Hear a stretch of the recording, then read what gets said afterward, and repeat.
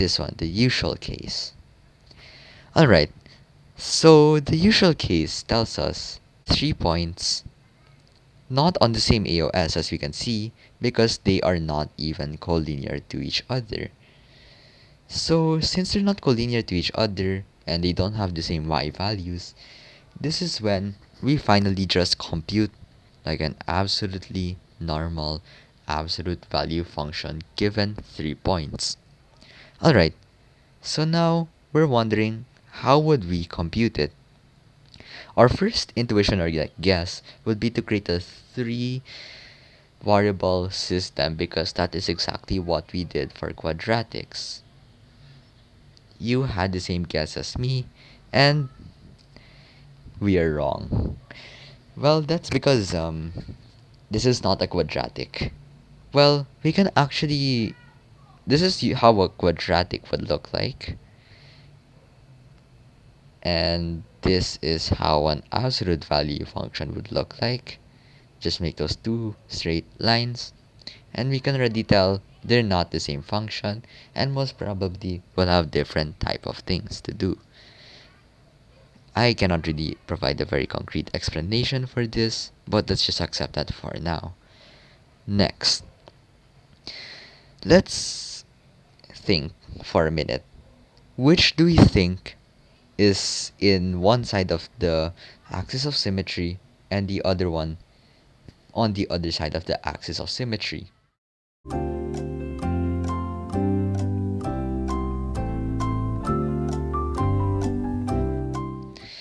Well, based on this, it's actually not that hard to tell.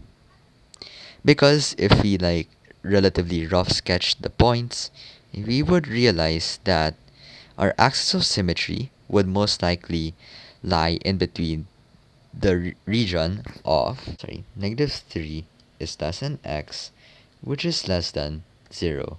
This region. That is where the axis of symmetry would be. Well, of course, not like in -2.9999, but it's somewhere here. Let's try to concretize more. Okay, so we know that every absolute value function, let's say like this one, it's going down, then it goes up, right? So in the same notion, we can also like say that this one will go down at some point. But then if it's that but then this one kind of strays away from the slope. Like this the slope from here to here is not the same as the slope from here to here. Therefore, we can say that most likely it went from here to here, then here, or like somewhere here, then it bounced back up, and therefore is an absolute value function. So that's how we can view it. Now, what do we do? I kind of avoided this question because it's surprisingly not that hard. Well, first of all, we can already establish, as in we literally said that, -511 and -3 5 are on the same side of the AOS. So that means that the slope of the absolute value function, like I said, in this case, the slope of this part, x is less than 0.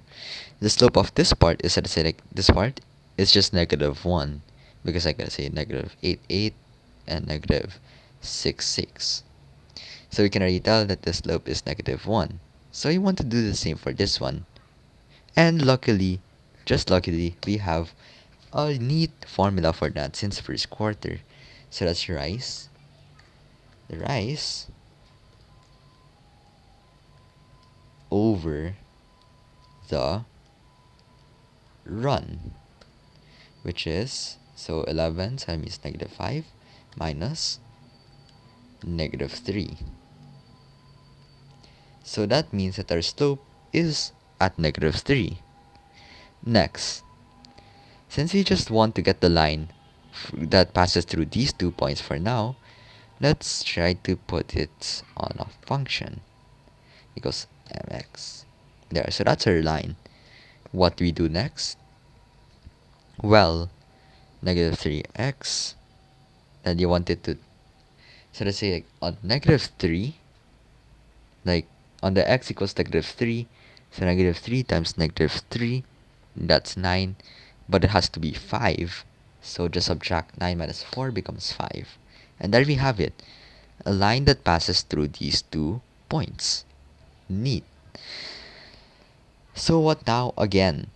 All you have to worry about is this one is x if it's greater than or equal to 0, and negative x is if it's less than 0. So if this is the less than 0 side, and these are the points that are covered for it, then that means for the more than side, it must be the negative. Therefore, we can then make another line again.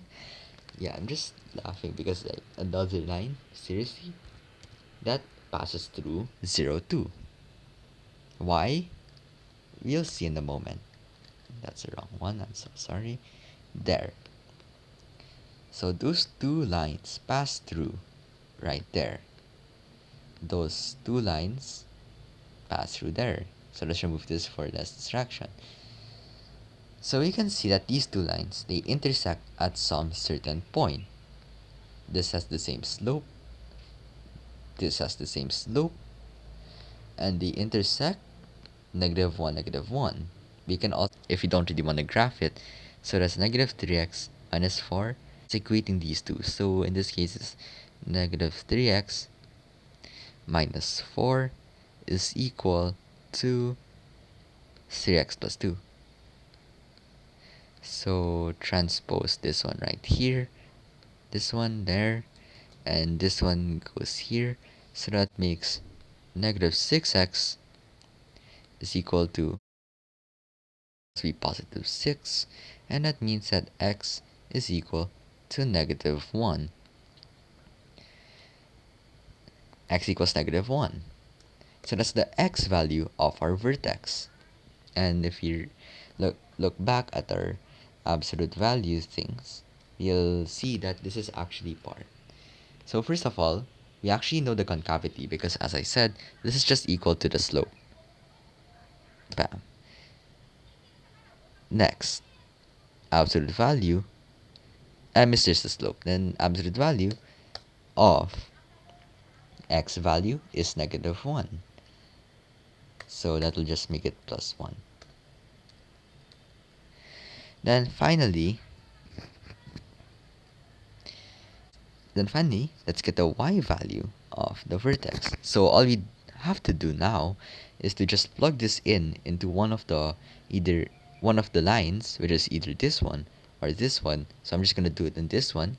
Let's do it a bit mental this time. So that's 3 times -1. -3 plus 2 is -1 again. -1. Now, let's make the big reveal. What? No, this is the wrong function. It's not supposed to be here. It's supposed to be up here. Well, actually, let's realize that we can already see that this one is here, this one is here, and this one is here, meaning that it will form this V shape upward. But our concavity is -3, which is downward. So in reality, we're just supposed to get the negative of that one. And once we reveal it, voila, that is the correct absolute value function. So actually you can even hide these ones, and it will perfectly fit all those 3 points. What a nice absolute value function. Truly a marvel of math. So that is the solution for the usual case.